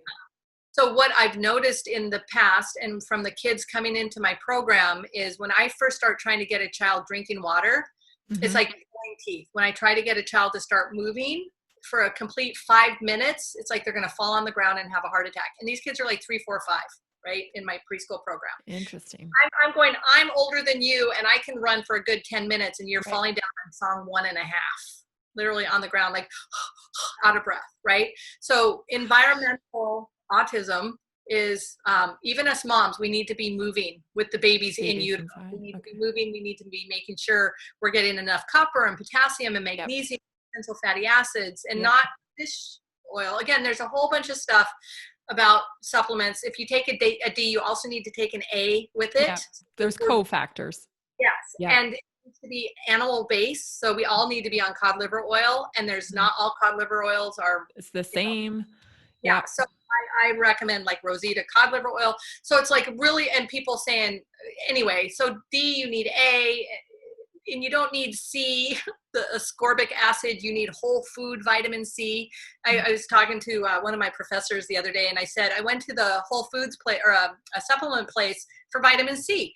And I looked at the whole thing and all the vitamin C was gone. I actually have a picture of it, except for the whole food vitamin C. So all the cheap ascorbic acids, the shell of the vitamin C, not the full vitamin C, was empty except for the more expensive ones, right? The cherry, the whole food vitamin C, what we truly need, right? There, right? So anyway, so I see autism as we need our kids moving. We need them eating healthy foods. We need them eating a protein every 3 to 4 hours, hydrating, drinking water every day. There's some supplements to help wake up the brain and body. And then mindset that these kids are not special needs, that they're highly capable. There's nothing wrong with their brains. They've done shift in thinking. Yeah. 30 years. There's nothing wrong with their brains. There's no brain more. Now there's nothing bigger, smaller. Their brains look like anybody else's brain, right? So I come into a family's home, we get the kids moving, we get them eating, we get them out of a stress state just with movement and fun. And then I say, if your child's 5, I'm going to treat them like they're 8 and verbal and highly capable, and they should be doing everything everybody else is doing. And the kids raise to the expectations within weeks. Interesting. So thinking now with COVID, what are our kids doing? They're home on the couch, watching video games, eating junk food, drinking water. Lord. It's a perfect storm for autism. Right. So we need to wake up as parents, because it might be okay and doable now, but in the next swing of 8, 9, 10 months, and the behavior is starting, because that's what I get calls for, is the behavior I can't live in my home with my child. I don't like my child. Help me Right. help my child. And I'm telling everybody, this is my program, right? I have a specialized program, but literally there's 5 things. We have to lower the stress. We have to look at all behavior as communication. We need to watch how much movement we're doing and what we're eating and drinking, right? And then mindset. What are you focusing on, right? My focus when my kids were 2 and 3 with special needs was, how do I help them become tax-paying contributors to society, making happy, healthy choices, Right. right? My friends are like, they're 2 and 3, like tax-paying contributors. And I'm like, because I don't want them on social services. What we focus on is what we get. Yes. That teeny reticulating activating system in our brain. If I focus on my kids are going to graduate high school, right, and see them walking down, my brain will help me help them get that done. Yeah. So the opportunities. Absolutely. So what are you focusing on with your kids, right? Right. How do we help? How do we get through this even stronger, right? Right. It's an opportunity. It is an opportunity because a lot of our kids are not ready for the real world because of the circumstances they've been in for so many years. So this is an opportunity to prepare your child if you choose to take it. Yeah. I have a joke. There's a little meme that I got from one of the social media platforms. And it was like, these are the things I wish my kid would learn in school. I wish they'd learn how to budget. I wish they'd learn how to write a letter. I wish they knew how to, there's like 20 things I wish my kid would learn. Why aren't we teaching that to our kids? Right. It's a simple, and everybody says it. Everybody says that. If you talk to a parent, they're like, that's what they're, but yet we don't do it. No, this is what everything on your list you wish. Why is personal development not part of school?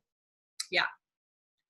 Yeah. Right. So this is an opportunity. What are the programs that you and the books that you have available so my audience can track you down and get connected with you? So I have a book called Unlock Your Child's True Potential. Okay. And I wrote it because when I did have my school, I was so tired of the parents coming up and saying, what did you say about proprioception? Or what did you say about hydration? And I'm like, so I wrote a book with all the information. So I geared it toward people who have kids with like autism, sensory processing, ADHD, but it's for everybody.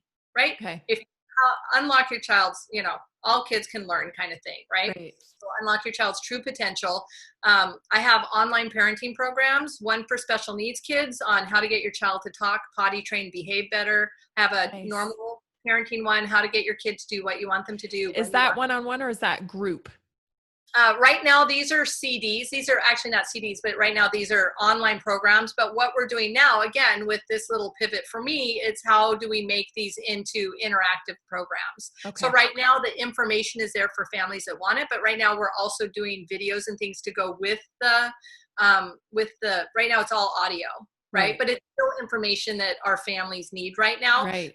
In the next 2 or 3 months, it's going to be, where they'll have a group to work with and that kind of thing. Oh, perfect. But right now, I just needed to get the information out of my brain to get the families to let them have it. Yeah. So I think it'd be so powerful to be part of a community such as yours, because if you're dealing with that as a parent, you need to be around, other parents that are dealing with that. And I found, because I thought, well, if your child has special needs, your child has special needs. And all the parents, I lumped them all together, right? Because I have 3 kids with all different needs and I could just get along with everybody. Yeah. The kids that had the defiant kids didn't want to be lumped in the autistic family, right? They're like, but we're different, but your brains and bodies all work the same, but the stories are only thing that are different. So I'm going to split it up, the parenting program. These are for the autistic, families with kids with autism. These are the kids who are really hard, the opposite, they call them opposite kids. These are moms who before, during, and after pregnancy, this is what you need, right? This is information. So now I'm also working on a parenting program for moms before, during, and after pregnancy. Because I have a lot of my friends, younger friends, who are having colicky babies. Like all of them. I'm like, why is it happening? But that's okay, we'll have a program. Right? Yeah. Program. So I have my online program. So you can go to theblakemethod.com. Theblakemethod.com. Okay. And then they connect with you on social somewhere? All the socials are Ask Becky Blake. Ask Becky Blake. Okay. And then if you want to email me, I am so accessible. If you want to email me at askbeckyblake@gmail.com. I'm so happy to answer questions, right? And this is when I hear from people, this is what I'm having trouble with. They're not the only one, so let's create a program. Right. So it's about getting, like, I'm looking at calibration and the temperature of what people are needing, because this is new for all of us, right? Yes. When my kid is not in school, I've just lost my job. I'm afraid I'm going to lose my house, and I'm pregnant, right? How can you help me? Great, there's something we can help with, right? You So really help the whole family. yes, yeah, Which is wonderful because, I mean, if well, we're all affecting each other, we move as a unit. right? We need to create those villages, and right now that's what we're being told not to do. That's right. Stay away. Don't. The villages are all being broke up. The grandparents' information isn't there. Like my friends that are having babies, the grandparents can't be there to give them the advice, right? There's or the support. Yeah. And it's different for everybody. And that's what we need to know. Everybody's story is different. Everybody's filters are different. Everybody is going through something, but it's not like what we're going through. And to be curious, not to condemn or shame. Be curious. I wonder why. Great, you're going to wear a mask and a face shield and have your kids all bundled up. Great. What's your thinking? Right? Maybe you know something I don't know. Right? This is my thinking. It's not good or bad. These are just our opinions. We need to be having opinions. We need to be meeting. Women in tribes, right? We need to be meeting with our tribes. That's how we get through. That's how we raise our kids, is our support with each other. And moms need to be having, even if it is a Zoom call once a week, to check in on your friends, right? Just have a wine night, right? Right? Like, we need, just make it part of your schedule. It's been long enough. We've been afraid enough. We've been quarantined enough. Now it's time to say, what am I going to do? Right? We're popping our little heads up saying, hello, right? Where are you? We're not on this, right? And the people that are popping, like you talk about whack-a-mole, I pop my head up and get it whacked. Like, what? What? I just said, educate yourselves and be healthy. Whack. Where are the people that think like me? They've all been whacked. You got, and it's more important than ever to connect with them, even outside of social. I've been making a point of making sure that I'm checking on all relationships that I have, professional and personal, and just saying, hey, make sure you have my number. Because I'm not even sure if you have my number, because we've only talked, on social or whatever. So that now's the perfect time to do that. And all you have to say is, I was just thinking of you. And that's all people need to hear. Like all friends of mine whose parents are dying, they just want to know, I've been through this. This is going to be the worst thing you've ever gone through. If you need anything, email me, and I'll email you once a week, right? Until you tell me to stop, right? Literally. And I had people do that for me. Someone would send me a meme a week, right? And I love her. Like, I needed it, right? I just, someone's thinking about us. When my sister died, my dad died, my mom died, and then my best friend died, all within oh my gosh. Right? And so I get downloaded these programs. I say they're little downloads from God, right? And so mom died, and I'm like going, where's the compassion? Like, where are the people? Like, the people got really crazy around me, and I'm like thinking, there's no empathy or sympathy, even in my family. It was really crazy to me, right? So God said, we need to be teaching compassion to our children. Compassion is empathy with action. Right. Where is the not action? Commiseration. Right? He says, I've closed down with COVID. I've closed all the churches for you to sit in and be comfortable with. What did Jesus do? He went out. Whatever religious belief. I'm so non-judgmental, right? Whatever you believe in the universe or Allah.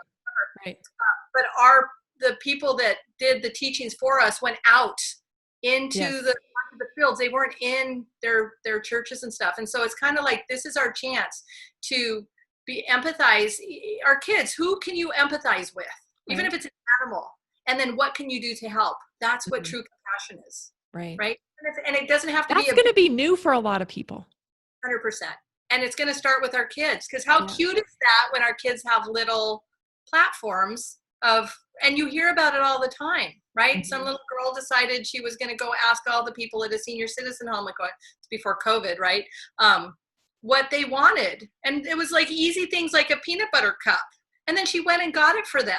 Right? Like, how sweet is that? And who would have ever thought of that? Right? But like a 7 or 8-year-old. So after our kid, help. Look, there's people suffering. There's people that have it worse than us. How can we? One of the most powerful things you can do, I think, when you find yourself fixated on your own life is to go help someone else. Yeah. I always tell people who are depressed, you need to get out and help somebody else. Yep. Because you get it just out of your own head, right? That's right. Chemicals and hormones. And when we help somebody and just see the smile on their face, feeding homeless people, right? Yep. Looking through your cabinets and not to say, all the food that you shouldn't have and go give it to someone else. No, right. You find some way to contribute. Educate yourself. Don't just look at one medium for your news. Educate yourself. Talk to people. Yep. Question them lovingly, right? Yes. Be curious. Why do you understanding? Right. And if you questions that would help you understand. Yeah, I'm a scientist and I look at studies. Where are the studies? I need studies, but a friend of mine doesn't. She needs something else, right? Right. What do we need to get and helping our kids. So educate ourselves, help our kids educate them. This is interesting. They believe this. They believe this. What do you believe? Let's have a debate. I'll be on this side. You be on this side. So we're not making anything wrong or right. Have a debate. Let's get our kids talking with us. And they love it. Great idea. Yeah. Kids want to debate with us anyway, biologically. Yes, they do.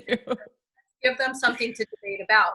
Yes. Mask, no mask. I'll do mask. You do no mask. Go. And the third person whatever, let's have a third one. Right. So just so they can see, again, have empathy for people that do feel differently, right? Understand, what do you think? Why do you think that lady hit that man in the store because he wasn't wearing a mask? Right? Maybe she just lost her job. Maybe she just, everything just fell apart and she just had this extra energy and just needed to release it. And this guy just happened to look like an ex-boyfriend, right? Yeah. Like, we don't know. We have no idea. Right. But when we seek understanding, that's truly when we're going to be able to unite on something. Because if you can at least understand where someone's coming from, you don't have to agree, but if you can understand it, then, it brings whole new light to the situation. And I think that's a great place to end. Thank you so much, Becky. This was such a valuable conversation. And I really hope that it gets out there into the world and that people listen to what you're saying, because what you're saying makes a whole lot of sense. So just be kind, right? And I do care that people are dying. I'm so tired of hearing that. I know. I can tell. I know you care. I do care that people are dying and it's sad, right? But we need to take care of ourselves as well. Put our oxygen masks on first, right? Get healthy, educated, and go help somebody else. I mean, it's that easy. Yeah. It's that easy. So thank you so much. I hope the rest of your quarantine goes by like that. It has. It's already been 1 week tomorrow, and it's been like that. So, jeez. Well, I hope you get out there and enjoy some of that Hawaiian weather. Yeah, that's definitely. Great. Thank you for being on the Naturally Inspired podcast today. Thank you. If the Naturally Inspired movement makes sense to you, let's do this together and transform the medical model and help people take charge of their health. Learn more about how you can join the Naturally Inspired movement by going to naturallyinspiredadvocate.com or call me at 970-475-4862.